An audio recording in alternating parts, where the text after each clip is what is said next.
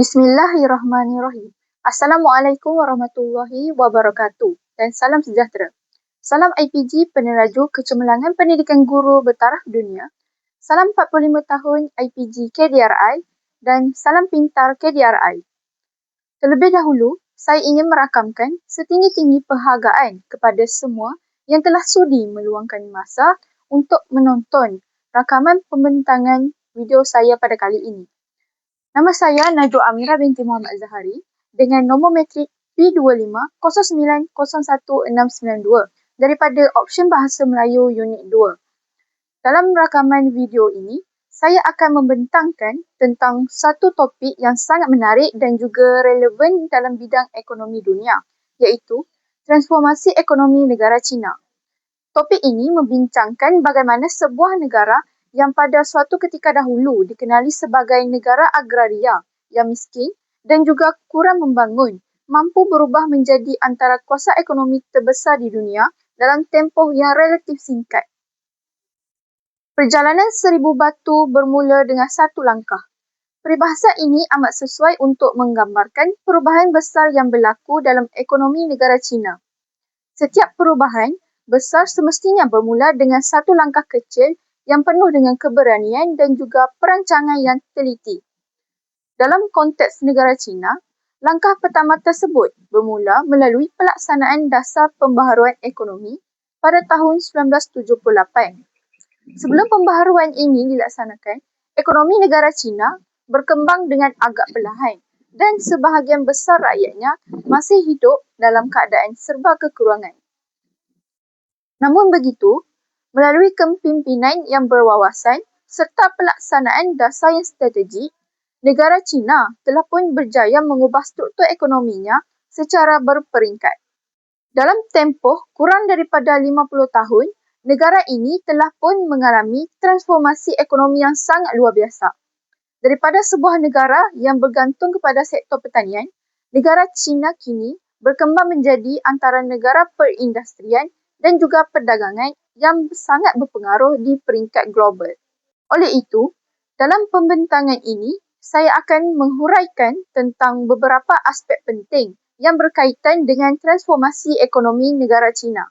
Antaranya termasuklah keadaan ekonomi China sebelum tahun 1978, pelaksanaan pembaharuan ekonomi dan dasar pintu terbuka, perkembangan ekonomi China dalam era globalisasi serta cabaran yang dihadapi oleh negara tersebut dalam memastikan pertumbuhan ekonomi yang mampan. Melalui perbincangan ini, kita dapat memahami bahawa perubahan ekonomi yang besar bukan sahaja memerlukan dasar yang tepat, tetapi juga memerlukan visi, perancangan jangka panjang dan juga komitmen yang tinggi daripada pihak kepimpinan negara. Seterusnya, mari kita lihat juga dengan lebih jelas tentang keadaan ekonomi negara China sebelum berlakunya pembaharuan ekonomi pada tahun 1978. Perubahan besar ini bermula pada tahun 1978 melalui pembaharuan ekonomi dan juga dasar pintu terbuka yang telah diperkenalkan oleh pemerintah China pada ketika itu yang dikenali sebagai Deng Xiaoping. Melalui dasar ini, China mula mengubah pendekatan ekonominya dengan menggabungkan sistem politik komunis dengan mekanisme pasaran yang lebih terbuka. Langkah ini telah pun membuka banyak peluang kepada pelaburan asing, perkembangan sektor swasta dan juga peningkatan perdagangan antarabangsa.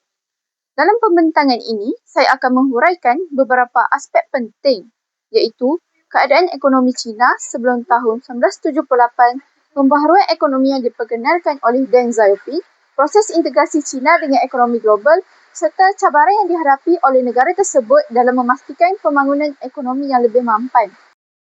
Pada bahagian yang pertama adalah saya akan menerangkan tentang keadaan ekonomi China sebelum tahun 1978. Sebelum pembaharuan ekonomi dilaksanakan, negara China telah pun mengamalkan sistem ekonomi perancangan pusat sepenuhnya. Dalam sistem ini, kerajaan memainkan peranan utama dalam menentukan hampir semua aktiviti ekonomi negara. Kerajaan perlu mengawal pengeluaran barangan, menetapkan harga serta menentukan bagaimana sumber ekonomi diagihkan secara adil kepada masyarakat. Tanah pertanian pada ketika itu diurus secara kolektif melalui sistem komun rakyat. Para petani perlu bekerja bersama-sama dalam kumpulan yang besar dan hasil pertanian tersebut perlulah dikongsi secara sama rata. Walaupun sistem ini bertujuan untuk mewujudkan kesamarataan dalam kalangan rakyat, namun tetapi ia juga telah menyebabkan banyak kekurangan insentif untuk meningkatkan produktiviti. Para petani tidak mempunyai motivasi yang tinggi untuk bekerja lebih keras kerana hasil yang diperoleh akan dikongsi bersama tanpa mengira usaha setiap individu. Selain itu, kebanyakan perusahaan dan juga industri dimiliki oleh pihak kerajaan. Sistem ini menyebabkan kurangnya persaingan dalam sektor ekonomi. Tanpa persaingan, inovasi dan juga peningkatan kecekapan juga menjadi lebih terhad.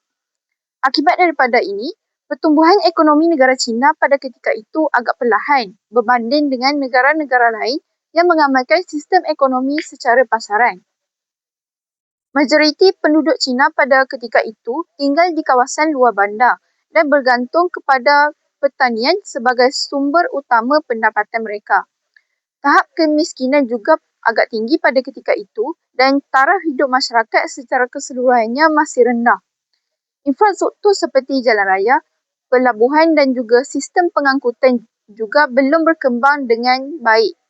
Keadaan ini akhirnya telah menyedarkan pemimpin China bahawa perubahan besar perlu dilakukan bagi memastikan negara tersebut mampu berkembang dan bersaing dengan ekonomi global.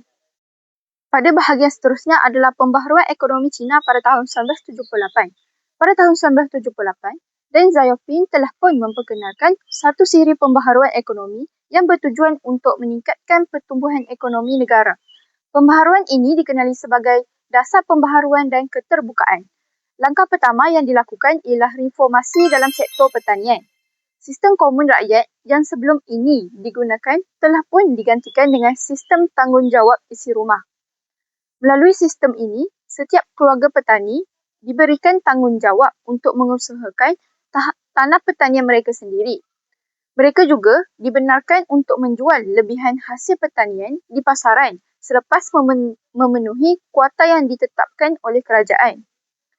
Perubahan ini telah pun memberikan motivasi yang lebih tinggi kepada para petani kerana mereka boleh memperoleh keuntungan daripada hasil usaha mereka sendiri. Kesan daripada sistem ini, pengeluaran pertanian semakin meningkat dengan ketara dalam tempoh masa yang singkat. Selepas kejayaan dalam sektor pertanian, pembaharuan ekonomi diperluas kepada sektor perindustrian. Kerajaan mula memberikan lebih banyak kebebasan kepada perusahaan untuk membuat keputusan berkaitan dengan pengeluaran dan juga pengurusan. Selain itu, sektor swasta juga mula berkembang secara berangsur-angsur. Satu lagi langkah penting yang diambil oleh pihak kerajaan negara China ialah dengan membuka negara tersebut kepada pelabur asing. Hal ini bertujuan untuk menubuhkan beberapa zon ekonomi khas termasuk di Shenzhen. Zon ini telah pun menawarkan pelbagai insentif kepada pelabur asing. Contohnya seperti pengecualian cukai dan juga kemudahan infrastruktur. Melalui strategi ini, negara China telah pun berjaya menarik pelabur asing yang besar serta memperoleh teknologi dan juga kepakaran daripada negara-negara luar. Pada bahagian seterusnya adalah integrasi China dengan ekonomi global. Dasar pintu yang terbuka yang telah diperkenalkan oleh negara China telah pun membawa kepada integrasi negara tersebut dengan peringkat ekonomi global. Negara China mula meningkatkan hubungan perdagangan dengan pelbagai negara di seluruh dunia. Salah satu peristiwa penting dalam proses ini ialah penyertaan China dalam World Trade Organization pada tahun 2001. Penyertaan ini membuka lebih banyak peluang kepada negara China untuk terlibat dalam perdagangan antarabangsa. Selepas menyertai organisasi tersebut, ekspor negara China telah meningkat dengan sangat pesat. Banyak syarikat antarabangsa mula memindahkan operasi pembuatan mereka ke negara China. Hal ini kerana kos buruh yang lebih rendah serta kemudahan infrastruktur yang semakin baik. Kesan daripada situasi ini, negara China mula dikenali sebagai kilang dunia kerana negara tersebut menjadi pusat pengeluaran utama bagi pelbagai barangan seperti elektronik, pakaian, peralatan rumah dan juga banyak lagi. Pertumbuhan ekonomi yang pesat juga telah membawa kepada peningkatan dalam keluaran negara kasar ataupun KDNK. Taraf hidup rakyat Cina turut meningkat dengan ketara dan ratusan juta penduduk berjaya keluar daripada kepompong kemiskinan. Selain itu, pihak kerajaan Cina juga turut melabur secara besar-besaran dalam pembangunan infrastruktur, pembinaan lebuh raya moden, pelabuhan besar serta rangkaian kereta api yang berkelajuan tinggi telah dibangunkan bagi menyokong pertumbuhan ekonomi negara untuk lebih berkembang.